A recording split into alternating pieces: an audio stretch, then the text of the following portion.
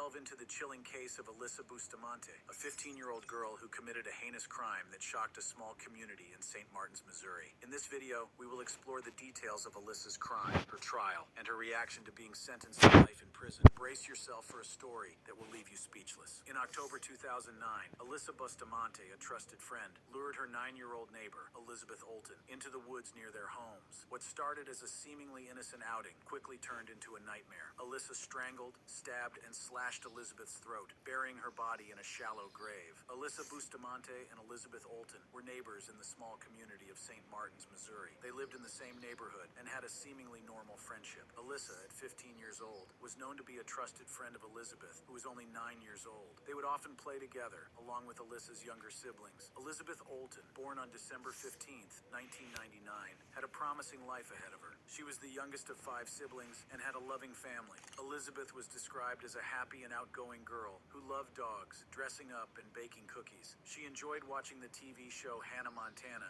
and listening to Taylor Swift's music. Elizabeth's friends were an important part of her life, and she cherished the time she spent playing with them. One fateful evening on October 21st, 2009, Alyssa's 6-year-old sister, Emma, rang the doorbell at Elizabeth's house. She asked if Elizabeth could come over and play with her. Elizabeth's mother agreed, but with the condition that Elizabeth would be back home by 6 p.m. Little did they know that this would be the last time they would see Elizabeth alive. Shortly after Emma picked up Elizabeth, Alyssa lured her into a wooded area near their homes. Alyssa claimed to have a surprise waiting for Elizabeth in the forest. Trusting her friend, Elizabeth followed Alyssa into the remote location. It was there that Alyssa committed a horrific act of violence. In that secluded spot, Alyssa strangled Elizabeth, slit her throat, and stabbed her in the chest 8 times. The brutality of the crime was unimaginable, especially considering the young age of both the victim and the perpetrator. Alyssa then proceeded to bury Elizabeth's lifeless body in a shallow grave that she had dug ahead of time. Meanwhile, Elizabeth's family grew increasingly worried when she didn't return home for dinner.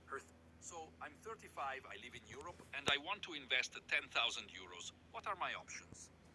Her 13-year-old brother, Anthony, went out to search for her but only found Alyssa and Emma. Little did he know that he was in the presence of the person responsible for his sister's disappearance. Alyssa warned Emma not to tell anyone, adding an eerie layer of secrecy to the unfolding tragedy. As the hours turned into days, the community rallied together to search for Elizabeth. The authorities, including the FBI, joined the efforts, fearing that she had been abducted by a local offender or a passing predator. The search intensified and hope began to dwindle as time went on. It was during the investigation that the police interviewed Emma, who was believed to be the last person to see Elizabeth before her disappearance. Emma revealed that Alyssa had joined them while they were playing. This crucial piece of information led the police to focus their attention on Alyssa, uncovering a disturbing secret life that she had been hiding. How long were you gone that day on your walk?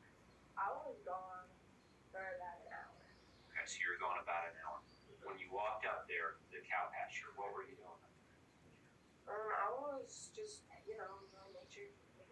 Alyssa's behavior had raised suspicions from the start. When questioned about a shallow hole found in the woods near her home, she admitted to digging it for fun. This admission, along with the troubling content found in her bedroom and social media accounts, painted a chilling picture of a troubled teenager with a dark side. Alyssa's online presence included references to killing people and cutting as hobbies, hinting at a disturbing fascination with violence. But the most damning evidence came from Alyssa's physical diary. In an entry from the day of Elizabeth's disappearance, Alyssa wrote about the murder in chilling detail. She expressed excitement and enjoyment over the act, describing it as amazing and enjoyable. The diary entry revealed a disturbing lack of remorse and a twisted sense of pleasure in taking someone's life. With the mounting evidence against her, it didn't take long for Alyssa to confess to the crime. Just 2 days after Elizabeth's disappearance, Alyssa led the police to the shallow grave where she had buried her young friend. The community was left in shock and disbelief, struggling to comprehend how a trusted friend could commit such a heinous act. Alyssa's actions shattered the lives of Elizabeth's loved ones and forever scarred the small community of St. Martin's. Alyssa Bustamante, initially pleading not guilty to the charges of second-degree murder and armed criminal action, faced a trial that would determine her fate. However, as the overwhelming evidence against her became apparent, Alyssa eventually changed her plea to guilty. And you knew and understood those things at the time that you accepted the plea agreement? Yes. The court courtroom was left in shock as a page from Alyssa's diary was read aloud, revealing her excitement and enjoyment over the murder. This shocking revelation further solidified the severity of Alyssa's crime and left everyone in disbelief. Alyssa's attorney acknowledged the gravity of the situation and stated that she wanted to take responsibility for her actions. The court recognized the heinous nature of the murder and decided to try Alyssa as an adult, despite her young age at the time of the crime. In 2012, after turning 18, Alyssa received her sentence. She was sentenced to life in prison with the possibility of parole for the murder charge. Additionally, she was given an additional 30 years for the armed criminal action charge. The sentence was met with mixed reactions from Elizabeth's family and the community. Elizabeth's mother, Patty Price, expressed her deep dissatisfaction with the sentence, believing that Alyssa should never be released. In a passionate statement in court, Price spoke about her hatred for Alyssa and emphasized the evil nature of her actions. She described Alyssa as an evil monster who had taken away her daughter's life in a brutal and senseless manner. During the sentencing hearing, Alyssa Bustamante surprised many by expressing remorse for her actions. Despite her previous disturbing diary entry and online presence, Alyssa acknowledged the gravity of her crime and the pain she had caused. Alyssa's expression of remorse came as a surprise to many, considering the chilling details of her diary entry and her lack of remorse in the past. She spoke of the deep regret she felt for taking Elizabeth's life and the impact it had on her own conscience. In her statement, Alyssa acknowledged the pain and suffering she had inflicted upon Elizabeth's family and the community of St. Martin's. She expressed a desire to take responsibility for her actions and to seek redemption for the irreparable harm she had caused. While some questioned the sincerity of Alyssa's remorse, others saw it as a glimmer of hope for her potential for rehabilitation. Still, despite everything, he kept a very stoic expression. Apologize for my behaviors. Please don't take my life from me. Next, we delve into the dramatic case of Shondell Jackson and his reaction to receiving a life sentence. This 2010 courtroom drama left everyone in disbelief as Jackson, a 19-year-old, was convicted of first-degree intentional homicide and robbery of 21-year-old University of Wisconsin-Milwaukee student Nathan Potter. The details of the crime are chilling, as Jackson and his accomplice attempted to rob Potter, ultimately shooting him to death. But it was Jackson's lack of remorse and even a smirk towards the victim's family that truly shocked the courtroom. In the summer of 2010, the peaceful streets of Milwaukee were shattered by a heinous crime that would forever change the lives of those involved. Shondell Jackson, a 19-year-old at the time, and his accomplice, 20-year-old Derek Thomas, set out on a fateful night with the intention of robbing an unsuspecting victim. Little did they know that their actions would lead to a tragedy that would grip the entire community. Nathan Potter, a 21-year-old film student at the University of Wisconsin-Milwaukee, was walking home to his apartment when he crossed paths with Jackson and Thomas. Unbeknownst to them, Potter was not carrying any money, making their robbery attempt futile. However, driven by a callous disregard for human life, Jackson and Thomas decided to proceed with their plan. As Potter walked through the quiet streets of Milwaukee's River West neighborhood, Jackson and Thomas approached him, demanding money. When Potter informed them that he had nothing to give, the situation quickly escalated. In a moment of sheer brutality, Jackson pulled out a gun and shot Potter in the chest, ending his young life in an instant. Jackson initially tried to run, but his uncle turned him in. Jackson was caught and charged with felony murder. And I believe I did the right thing, and there's nobody can make me change that. The subsequent trial of Shondell Jackson would captivate the nation, as the details of the crime were laid bare for all to see. The courtroom became a stage for the battle between justice and evil, as the prosecution presented a compelling case against Jackson and Thomas. Throughout the trial, it became evident that Jackson showed no remorse or sorrow for his actions. In fact, he even smiled at Potter's family at one point when he was escorted out of the courtroom, a chilling display of his lack of empathy. This callousness only served to further enrage the grieving family and the community at large. We see how evil Shondell is in court, looking at us, swearing at us, and smiling. Potter's father, John Potter, addressed Judge Rebecca Dallett during the trial, expressing the devastating impact of his son's murder. He questioned whether there was such a thing as pure evil, suggesting that Jackson's actions were a prime example. The courtroom was filled with tension as the gravity of the crime weighed heavily on everyone present. After a thorough examination of the evidence and testimonies, the jury reached a verdict that would forever alter the course of Shondell Jackson's life. He was found guilty of first-degree intentional homicide and robbery, crimes that would carry severe consequences. The judge, Rebecca Dallett, delivered the sentence that would leave Jackson behind bars for the rest of his natural life, with no chance of parole. Judge, there's nothing that can be said to bring back our Nathan. But your sentence can ensure that Shondell does not have the opportunity as a free man to inflict pain like this again. Is there such thing as pure evil? We think so. But the drama did not end there. Jackson's true nature was revealed in a shocking display of violence and anger. As the judge pronounced his sentence, Jackson grew increasingly agitated, cursing at her in a fit of rage. The police in the courtroom acted swiftly, anticipating his outburst, and restrained him with the use of pepper spray. While Jackson's reaction was intense, the shocking behavior did not end there. Members of Jackson's family, seated in the back of the courtroom, unleashed a barrage of insults at Potter's mother after the sentencing. Their hateful words, filled with anger and resentment, further emphasized the disturbing nature of Jackson's actions and the impact they had on both families.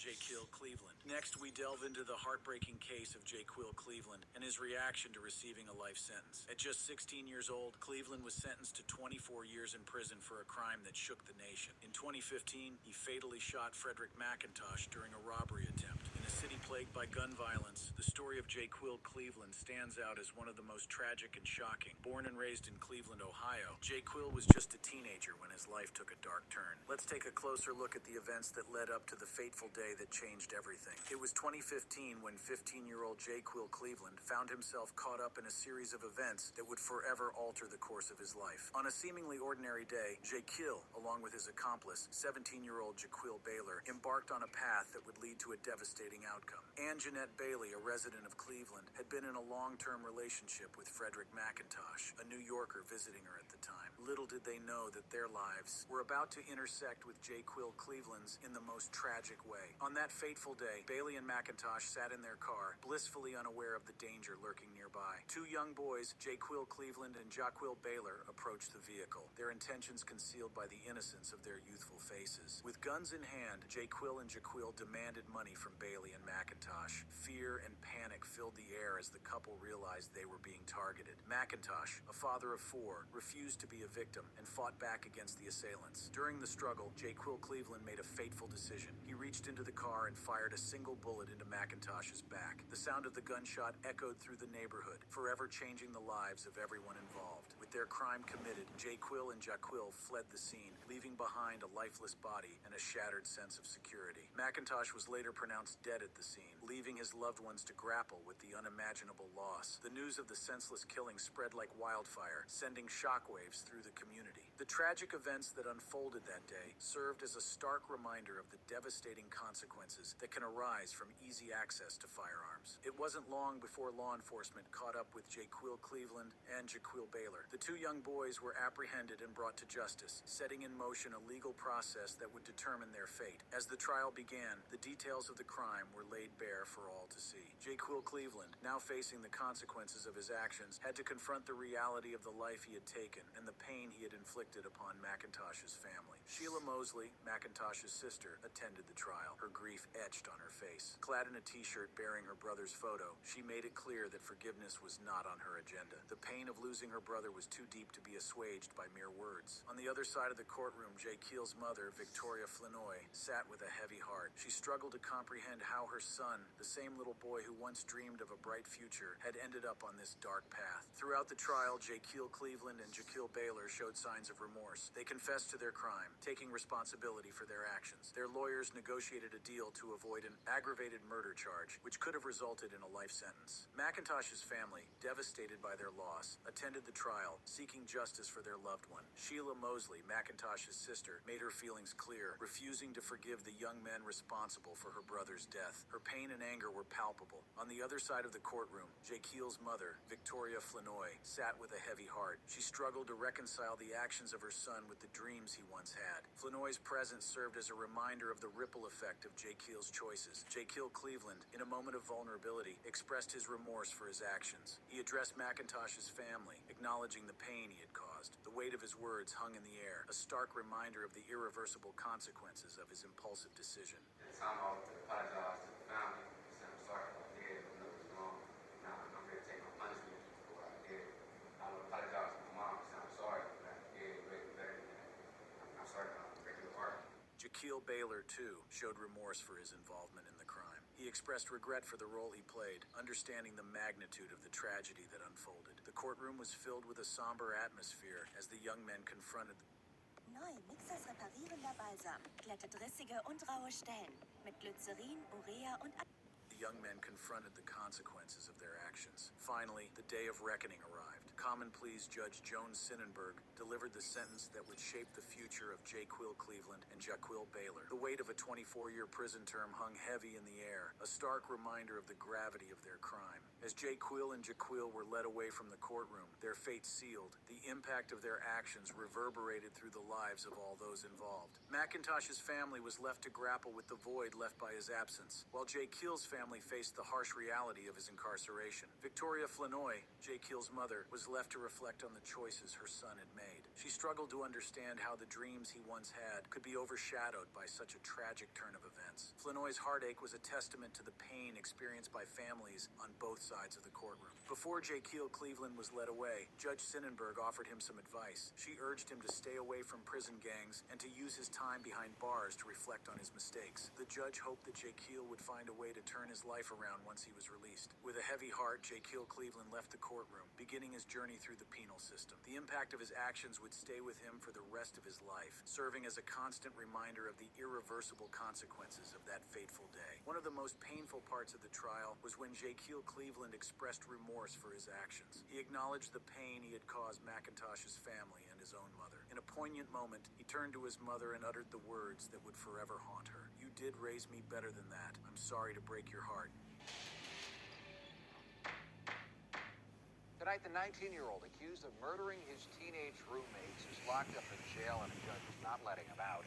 When Damon Kemp was wheeled into the courtroom this morning for his bond hearing, he started screaming, and the victims' families couldn't handle it. Damon Kemp, a former Bethune-Cookman University student, has been sentenced to 3 consecutive life prison terms for the brutal murder of his teenage roommates. Kemp, who was just 19 years old at the time of the crime, shot and killed Trey Ingram and Jordan Payton in their apartment in Daytona Beach. The details of the crime, the trial, and Kemp's sentencing will leave you astounded. Damon Kemp, a young man with a troubled past, found himself entangled in a web of violence that would forever change the lives of those involved. Born and raised in Stone Mountain, Georgia, Kemp's journey took an unexpected turn when he enrolled at Bethune-Cookman University in Daytona Beach, Florida. At first glance, Kemp appeared to be an ordinary student, but beneath the surface, a darker side lurked. It was during his time at the university that he crossed paths with Trey Ingram, a promising young boxer and fellow student from Palm Beach County. Ingram, known for his generosity and willingness to help others, extended a helping hand to Kemp when he found himself in need. He allowed Kemp to stay in his apartment, rent-free, in an effort to help him get back on his feet. Little did Ingram know that this act of kindness would ultimately lead to his tragic demise. As time went on, tensions began to rise between Kemp and his roommates. The exact details of the conflict remain unclear, but it is believed that Kemp's behavior became increasingly erratic and volatile. The once promising friendship between Kemp and Ingram began to crumble under the weight of undisclosed grievances. On that fateful day, December 7th, 2018, the tension reached its boiling point. In a fit of rage, Kemp took the lives of both Trey Ingram and Jordan Payton, another friend who happened to be present at the apartment. The brutality of the crime sent shockwaves through the community, leaving friends, family, and the entire university in a state of disbelief. The motive behind Kemp's actions remains a mystery, as authorities have yet to release any concrete details. Speculation and rumors have swirled, but the truth behind what drove Kemp to commit such a heinous act remains elusive. Was it a culmination of unresolved conflicts, or was there something deeper, something hidden within Kemp's troubled psyche? As the investigation unfolded, it became clear that Kemp's actions were not those of a rational mind. His behavior leading up to the crime, coupled with his attempt to cover up the evidence, painted a disturbing picture. The trial that followed was marked by a dual defense strategy, with Kemp's legal team arguing both his innocence and his potential insanity. However, the evidence presented in court pointed to a different truth. Kemp's lack of remorse and refusal to accept responsibility for his actions only solidified the belief that he was indeed the cold-blooded killer. The jury, after careful deliberation, found him guilty on 2 counts of second-degree murder, an armed burglary of an occupied dwelling with assault or battery. And so, Damon Kemp, the dangerous teen who once walked the halls of Bethune-Cookman University, now faces the consequences of his horrific crime. The trial of Damon Kemp was a highly anticipated event, with the community seeking justice for the lives lost and answers to the questions that haunted them. As the courtroom filled with anxious spectators, the families of Trey Ingram and Jordan Payton sat in anticipation, hoping for closure and a sense of justice. Assistant State Attorney Sarah Thomas presented a compelling case against Kemp, arguing for 3 consecutive life sentences. She emphasized Kemp's lack of remorse and his attempts to cover up the crime, including his desperate act of jumping into a pond. Thomas painted a vivid picture of a cold-blooded killer who showed no regard for human life. Defense attorney Richard Zaleski Jr., on the other hand, acknowledged the tragedy of the deaths but pleaded for leniency. He asked the court to consider the minimum sentence according to state guidelines, just over 41 years in prison. Zaleski argued that Kemp's actions were a result of a senseless tragedy rather than premeditated malice. The trial took an unusual turn when Kemp, who had chosen not to testify during the proceedings, made a statement at his sentencing. He expressed his disbelief at being convicted of the crime, claiming there was no direct or physical evidence against him. Kemp pleaded for leniency, stating that this was his first conviction and that he had never been incarcerated or charged with a crime before. However, Assistant State Attorney Thomas confronted Kemp with a crucial question. She asked him if he denied committing the crime, to which Kemp responded evasively, neither admitting nor denying his guilt. This exchange further solidified the belief that Kemp was indeed the perpetrator of this heinous act. The judge, Leah Case, presided over the trial and sentencing with a keen eye for justice. She acknowledged the dual defense strategy employed by Kemp's legal team, which argued both his innocence and potential insanity. However, Judge Case found no evidence to support Kemp's claims of insanity or traumatic brain injury. She highlighted Kemp's history of drug experimentation and daily marijuana use, suggesting that his actions were driven by his own volition. In her final remarks, Judge Case delivered a powerful statement. She declared that it was clear that Kemp was the cold-blooded murderer and burglar, stating, "We know he did it." The courtroom, filled with tension and emotion, witnessed the sentencing of 3 consecutive life prison terms for Damon Kemp. God! God! God! God! The impact of the trial on the victims' families and the community was profound. Friends and family members of Trey Ingram and Jordan Payton held up signs in the courtroom, demanding justice for their loved ones. The pain and grief were palpable as they grappled with the loss of promising young lives and the senseless act that had torn their families apart. The sentencing hearing, which was shown on Zoom, allowed the community to bear witness to the proceedings. The emotional weight of the moment was evident as tears flowed and heartfelt messages were displayed for all to see. The impact of this tragedy will forever be etched in the hearts of those who love Trey Ingram and Jordan Payton. Thanks for watching. Click on the videos on your screen for similar content. Für alle, die sich